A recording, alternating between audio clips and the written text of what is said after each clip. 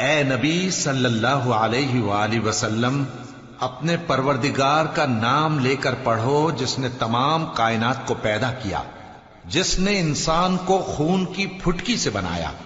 پڑھو اور تمہارا پروردگار بڑا کریم ہے، جس نے قلم کے ذریعے سے علم سکھایا اور انسان کو وہ باتیں سکھائیں جن کا اس کو علم نہ تھا، مگر انسان سرکش ہو جاتا ہے اس بنا پر کہ وہ اپنے آپ کو بے نیاز سمجھتا ہے۔ کچھ شک نہیں کہ سب کو تمہارے پروردگار ہی کی طرف لوٹ کر جانا ہے۔ کیا تم نے اس شخص کو دیکھا جو منع کرتا ہے، یعنی ایک بندے کو جب وہ نماز پڑھنے لگتا ہے؟ بھلا دیکھو تو اگر یہ راہ راست پر ہو یا پرہیزگاری کا حکم کرے تو منع کرنا کیسا؟ تو اس کا انجام کیا ہوگا؟ ذرا دیکھو تو اگر اس نے دین حق کو جھٹلایا اور اس سے منہ موڑا، کیا اس کو معلوم نہیں کہ اللہ دیکھ رہا ہے؟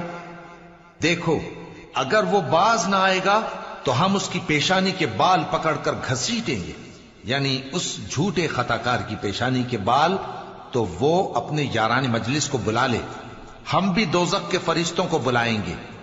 دیکھو اس کا کہا نہ ماننا اور سجدہ کرنا اور اللہ کا قرب حاصل کرتے رہنا۔